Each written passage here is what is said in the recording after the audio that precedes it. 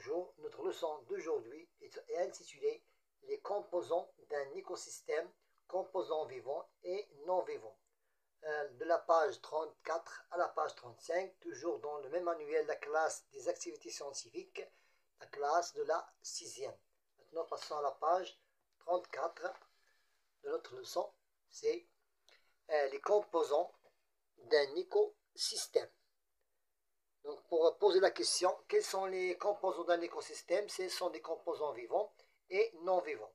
J'observe et je m'interroge. L'écosystème contient de nombreux composants qui interagissent entre eux. Je formule ma question d'investigation. Qu'est-ce qu'un écosystème et quels sont ses composants? Je formule mon hypothèse d'après ces deux questions pour répondre à la question numéro 2 et après numéro 1. Qu'est-ce qu'un écosystème? C'est un milieu naturel formé de composants vivants et non vivants. Et quels sont ces composants? Ce sont des composants animaux, humains, plantes, roches, sol, l'eau, ciel, soleil, etc. Maintenant, je participe à l'investigation. J'observe les images, je discute, puis je complète en utilisant les mots suivants. Terrestre. Ce que nous voyons dans la première image, c'est un milieu terrestre. Dans la deuxième image, il y a ici un lac, donc c'est un milieu, c'est un écosystème aquatique. Pour la question, l'image numéro, ou bien la photo numéro 3, c'est un écosystème aussi aquatique qui est en relation avec l'eau. Et la quatrième image, c'est un écosystème terrestre où il y a ici du bois ou bien la forêt. Maintenant, passons à la question activité numéro 2.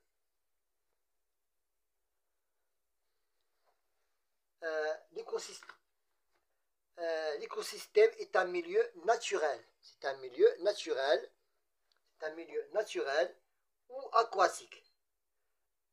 Caractérisé par un ensemble de facteurs, chaleur, lumière, l'humidité, l'air, qui permet aux êtres vivants, animaux, plantes et micro-organismes, de vivre. Maintenant, passons à la page 35.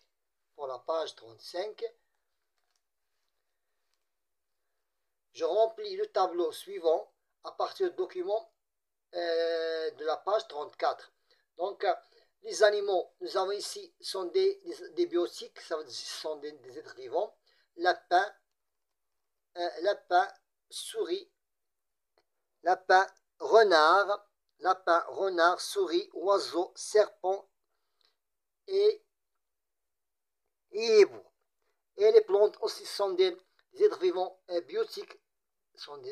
biotiques, arbres, herbes, palmiers, arbrisseaux. Pour les micro-organismes qui sont invisibles à l'œil nu, aussi sont des micro-organismes biotiques, bactéries, champignons, protozoïdes et nématodes.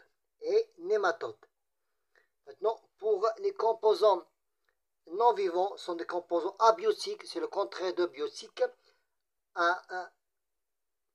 C'est abiotique, cailloux, soleil, ciel, roche, l'air, etc. Je partage et je conclue. L'écosystème est un milieu terrestre ou aquatique caractérisé par la présence des conditions de vie.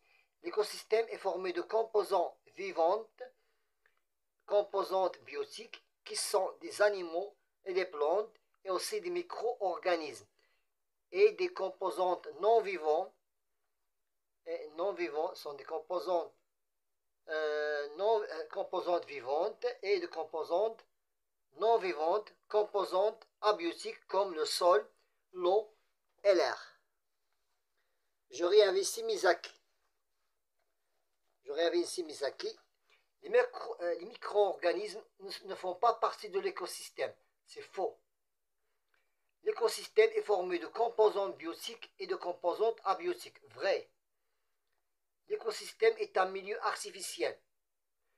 caractérisé par la présence des conditions de vie? Non. Donc, tout ce qui est artificiel, c'est faux.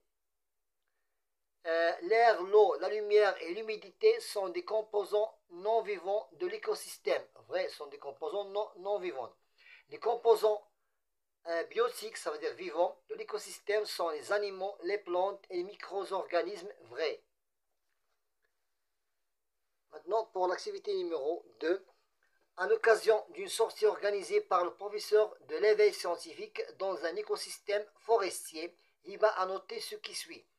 J'ai vu un oiseau, j'ai observé une araignée en train d'accrocher sa toile sur les herbes, un papillon volait d'une fleur à une autre, un lézard était sur le tronc d'un arbre en train de chasser des fourmis, j'ai trouvé un escargot sous une pierre, j'ai aperçu un oiseau voler. Je cite les différents éléments de cet écosystème. Voir les mots soulignés sont des mots soulignés que nous devons. Donc, je cite les différents éléments. Ces différents éléments du écosystème soulignés sont des mots qui sont soulignés. Voir les mots soulignés.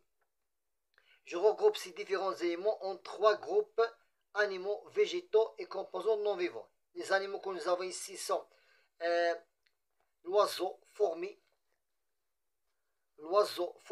d'après ce texte.